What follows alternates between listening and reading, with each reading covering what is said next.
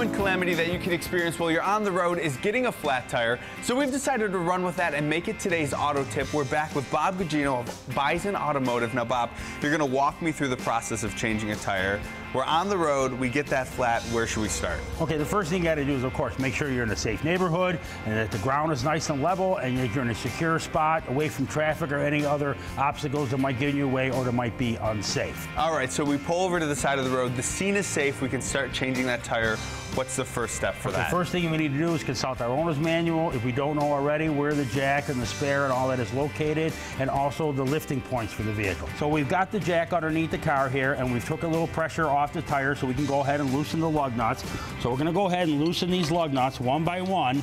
Not enough to have the tire come off, but just enough so we can jack the car up the rest of the way and remove them by hand. All right, so they're all off. Now it's time we can just pop this tire right on. Yeah, I'll take the tire off, roll it away out of our way. So what should we be doing with that tire? Is that something we want to put in our trunk and just keep with us? Yeah, well, we're going to want to get the tire fixed at some point, so we're going to need to put that tire back where we took the spare out.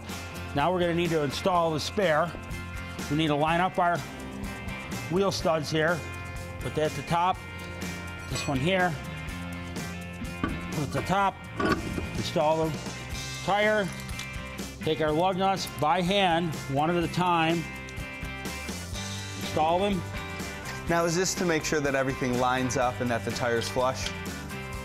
Yeah, to make sure that everything lines up. But more importantly, why you're doing this by hand is so we don't strip the lug nuts out. Because if we can't get the tire tight onto the vehicle, it's no good. We won't be able to drive it. So once we got them all hand tight with a couple of threads, we want to turn each one in until they won't go anymore. Once we completed that, what we're going to need to do is bring the car down a little bit so we have some pressure on the tire so we can go ahead and then tighten up the lug nuts. Now, Bob, why is it important that we lower it before we tighten these nuts? You have to have the weight on the tire, because if you don't, what will happen is the tire, of course, will just spin when you're trying to tighten them up. So each one in a cross pattern, not in a circle all the way around, but you cross diagonal when you tighten things up. So this way they're nice and even, and there's no chance of anything coming loose. The next step we're going to want to do, of course, is to lower the car down. Once the jack is clear, it's loose, you pull the jack out from underneath the car.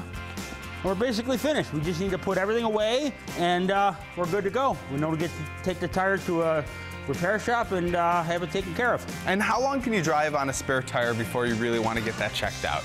A tire as of this, which is actually the most common, they call that a save-a-spare, are good for up to 50 miles an hour, and you could probably go 100 miles or so without really wearing it out, but it is a temporary spare. It's really not something that should be left on the car for any length of time. All right, as always, Bob, thank you so much for having us and taking that edge off of the things that we might encounter on the road. No problem, that's my job.